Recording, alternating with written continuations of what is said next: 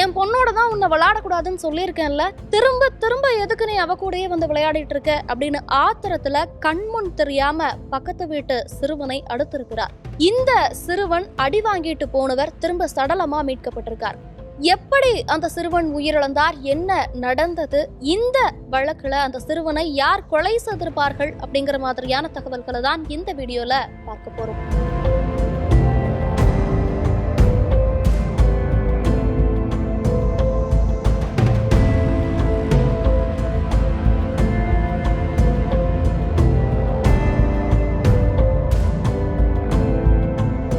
கர்நாடக மாநிலம் பெங்களூருல இருக்கு ராயச்சந்திரம் அப்படிங்கிற இடம். இந்த இடத்துல தன்னுடைய குடும்பத்தோட 8 வயது சிறுவன் ஒருத்தர் வசிச்சுட்டு வந்திருக்கார். அவருடைய பெயர் ராமானந்தம் அப்படின்னு கூறப்படுது. அவருக்கு 8 வயதாகுது. தன்னுடைய குடும்பத்தோட அந்த 8 வயசுக்கே உண்டான துருதுடுப்போட ரொம்பவுமே சந்தோஷமா சுத்தி வந்துட்டு இருக்காரு ராமானந்தம். குழந்தைகள் அப்படின்னாவே பக்கத்து வீட்டு குழந்தைகளோட சேர்ந்து விளையாட போறது வழக்கமான ஒண்ணு. அப்படித்தான் கடந்த மே 6ஆம் தேதி இந்த சிறுவன் ராமானந்தமும் பக்கத்து வீட்டுக்கு விளையாடுறேன் அப்படின்னு சொல்லிட்டு போயிருக்கார். எல்லாரும் தெருவுல விளையாடிட்டு இருந்திருக்காங்க. நிறைய குழந்தைகள் சேர்ந்து தெருவுல விளையாடிட்டு இருந்திருக்காங்க. ராமானந்தமோட அம்மா இதை பார்த்துட்டு சரி சிறுவன் விளையாடிட்டு இருக்கான், விளையாடி முடிச்சுட்டு வீட்டுக்கு வரட்டும் அப்படின்னு சொல்லிட்டு வீட்டுக்கு போயிடுறாங்க. அவங்க போயிட்டு தன்னுடைய வேலைகளை எல்லாம் கவனிச்சுட்டு இருக்காங்க. 7 மணி 8 மணி ஆகுது, 8 மணி 9 மணி ஆகுது. இன்னும் குழந்தையை காணமே அப்படின்னு சொல்லிட்டு ஒரு பதற்றத்துல வெளியில போய் தேடுறாங்க. குழந்தைகள் யாரும் காணும். சரி பக்கத்து வீட்டுக்கு போயிருக்கலாம், இல்ல சக நண்பர்களுடைய வீடுகளுக்கு போயிருக்கலாம் அப்படின்னு சொல்லிட்டு ஒரு வீடா போய் அவங்க கேட்குறாங்க. குழந்தை எங்கேயுமே இல்லை. எல்லாரும் விளையாடி முடிச்சுட்டு அப்பவே வந்துட்டோம் அப்படின்னு சொல்லியிருக்காங்க. இதை கேட்டு அவருடைய தாய்க்கு தூக்கி வாரி போட்டிருக்கு. உடனடியாக தன்னுடைய கணவனுக்கு ஃபோன் பண்ணி இந்த மாதிரி நம்மளுடைய குழந்தைய காணும், எல்லா இடத்துலையும் தேடி பார்த்துட்டேன், அவர் எங்கெல்லாம் போயிருக்க கூடுமோ அந்த எல்லா இடத்துலையுமே விசாரிச்சுட்டேன், காணும் அப்படின்னு சொல்றாங்க. இருவரும் சேர்ந்து அந்த தெரு முழுக்க குழந்தையை தேடி அலையிறாங்க. நேரம் போக போக இருவருக்கும் பதற்றம் அதிகமாகுது. உடனடியா காவல் நிலையத்துக்கு போயிட்டு எங்களுடைய மகன் விளையாட போனவன் அதன் பிறகு வரவே இல்லை அப்படின்னு புகார் கொடுக்கறாங்க. காவல்துறையினரும் ஒரு குழந்தை காணாமல் போனதாக புகார் வந்தா என்னென்ன நடவடிக்கை எல்லாம் எடுக்க வேண்டுமோ அந்த புரோட்டோகால்ஸ் எல்லாத்தையும் செய்துட்டு விசாரணையை உடனடியா தொடங்குறாங்க.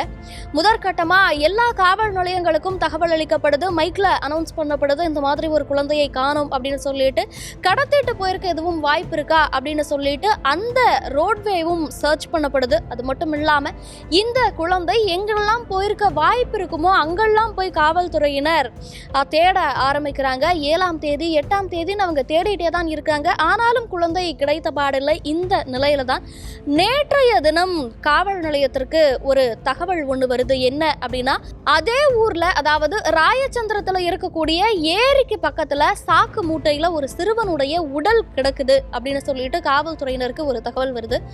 அந்த சம்பவ இடத்துக்கு போன காவல்துறையினர் சிறுவனுடைய உடலை மீட்டு பிரேத பரிசோதனைக்காக மருத்துவமனைக்கு அனுப்பி வைக்கிறாங்க. இதனைத் தொடர்ந்து இந்த சிறுவன் யார் அப்படின்னு விசாரணையை தொடங்குறாங்க. அப்பதான் அருகில் இருக்கக்கூடிய காவல் நிலையத்துல ஏற்கனவே சிறுவன் காணாமல் போனதா ஒரு புகார் வந்திருந்தது தெரிய வருது. உடனடியா அந்த பெற்றோர்களை கூப்பிட்டு இந்த சிறுவன் யார், உங்களுடைய மகன் தானா அப்படின்னு பார்க்க சொல்லவும் இவங்க சந்தேகப்பட்ட மாதிரி ராமானந்தம் தான் அந்த சாக்கு மூட்டையில சடலமா கிடந்திருக்கிறார். இதை அந்த பெற்றோர்களும் உறுதி செய்திருக்காங்க. இதனைத் தொடர்ந்து உடல் பெற்றோர்கள் கிட்ட ஒப்படைக்கப்படுது. காவல்துறையினர் தங்களுடைய விசாரணையை தொடங்குறாங்க. யார் கொலை செய்திருப்பார்கள் அப்படின்னு. ஏன்னா அந்த சிறுவனுடைய உடல் முழுக்க காயங்கள் இருக்கிறத காவல்துறையினர் பார்க்கறாங்க. முதல்ல யாரோடவெல்லாம் இந்த சிறுவன் விளையாடிட்டு இருந்தார் காணாமல் போன நாள் அன்னைக்கு அப்படின்னு சொல்லிட்டு ஒருத்தரா இவங்க எல்லா குழந்தைகளையும் கூப்பிட்டு விசாரிக்கும் போதுதான் பக்கத்து வீட்டுக்காரரான மத்தூரு அப்படிங்கிறவரை அவருடைய மகளே கை காமிச்சிருக்காங்க. என்ன சொல்லியிருக்காங்க அப்படின்னா, இதற்கு முன்பும் தானும் ராமானந்தாவும் அடிக்கடி சேர்ந்து விளையாடுறது வழக்கம். அதாவது இருவரும் நல்ல நண்பர்களா இருந்திருக்காங்க, சேர்ந்து விளையாடிட்டு இருந்திருக்காங்க. பக்கத்து வீட்டுல இருக்கக்கூடிய சிறுவன் அப்படிங்கறதுனாலேயே இயல்பாவே இருவருக்கும் அடிக்கடி விளையாட வாய்ப்பு கிடைச்சிருக்கு.